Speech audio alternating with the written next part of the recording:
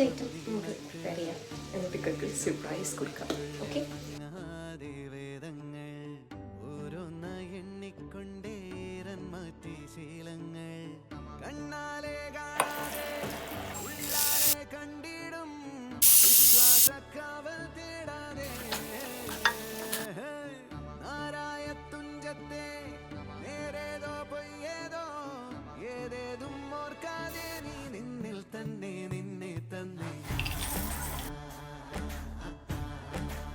അപ്പോൾ നമ്മൾ ഇന്നത്തെ ലഞ്ചിന് പ്രിപ്പയർ ചെയ്തത് സാമ്പാർ, ചീരത്തോരൻ, മുരിങ്ങത്തോരൻ, പുളിശ്ശേരി.